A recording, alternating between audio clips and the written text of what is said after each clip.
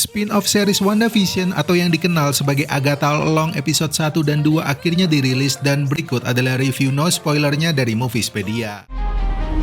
Opening episode 1 dibuka dengan visual yang sudah terungkap dalam trailernya, yaitu Agatha dikisahkan menjalani kehidupan sebagai detektif yang menemukan mayit dan diduga sebagai Wanda Maximoff. Nah, yang gue suka dari opening episode 1 adalah kemasan sinematik dari tone warna yang digunakan seperti misalnya dominan dark, sehingga turut mendukung kesan misterius Agatha saat menyelidiki mayit yang diduga Wanda. Untuk opening episode 2 bisa dibilang dibuka dengan misteri karakter yang diperankan aktris Aubrey Plaza yang dalam series ini sebagai Vidal, dan secara tiba-tiba dia meneror Agatha serta satu karakter misterius yang belum jelas namanya, meskipun menurut rumor yang beredar, karakter ini kemungkinan akan terhubung dengan Wanda dan Young Avengers. Sementara itu, meskipun secara rangkuman adegan berbeda, namun opening episode 1 dan juga 2 punya benang merah yang sama, yaitu mengundang rasa penasaran untuk penonton agar mengikuti alur ceritanya yang penuh dengan misteri sampai tuntas.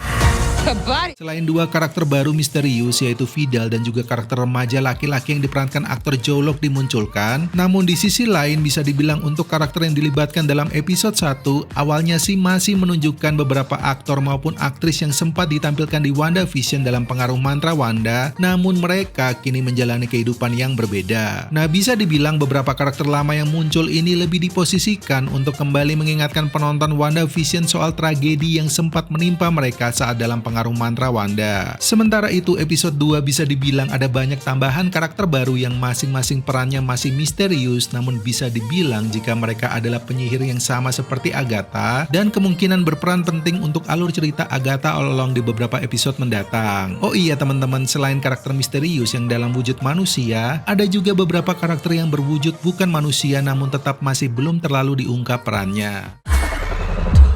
Ngomongin soal ceritanya, Agatha All Along episode 1 lebih banyak bercerita soal bagaimana Agatha yang hilang ingatan, kemudian karena suatu momen tertentu secara tiba-tiba melepaskan dirinya dari belenggu mantra Wanda. Ya bisa dibilang episode 1 lebih banyak mengisahkan sedikit latar belakang peristiwa Westview di WandaVision, dan ini sangat membantu buat teman-teman yang mungkin langsung mengikuti series Agatha All Along tanpa mengikuti series WandaVision. Selain dari perspektif cerita yang mungkin lebih banyak diposisikan oleh penulis skenario sebagai callback WandaVision, Agatha All Along juga banyak menyimpan detail-detail misterius dalam bentuk visual maupun dialog. Ya seperti misalnya aja teman-teman, beberapa bagian ada yang sempat menyinggung soal peristiwa yang diduga menjadi tragedi Scarlet Witch dalam film Doctor Strange in the Multiverse of Madness. Sementara itu untuk episode 2 series ini lebih banyak mengeksplorasi soal hambatan Agatha yang meskipun ingatannya sudah pulih, namun secara kekuatan sihir dia masih sepenuhnya belum sehebat dulu, dan untuk itu dia kemudian dikisahkan mengajak sekumpulan penyihir tertentu untuk menjalani ritual yang berpotensi mengembalikan kejayaannya sebagai penyihir hebat. Secara keseluruhan gue sempat kaget teman-teman, karena Marvel kok bisa gue bilang kayak begini, atau dengan kata lain sama sekali bertumbuh dari sisi alur cerita dan penggunaan tone warna serta special effect yang jauh meningkat sangat baik dibandingkan seri She-Hulk maupun Miss Marvel. Nah, kalaupun mungkin ya ada kritik, maka gue kurang terlalu cocok dengan detail karakter remaja misterius yang diperankan Joe Locke, dan kemungkinan lagi-lagi ini adalah bagian dari Marvel yang belum bisa melepaskan perjuangan SJW-nya, dan bisa dibilang dalam series kali ini mereka masih ingin membawa pesan kisah cinta sesama jenis. Untuk skala penilaiannya, maka episode 1 gue memberikan penilaian 70, sedangkan untuk episode 2 gue memberikan nilai 75.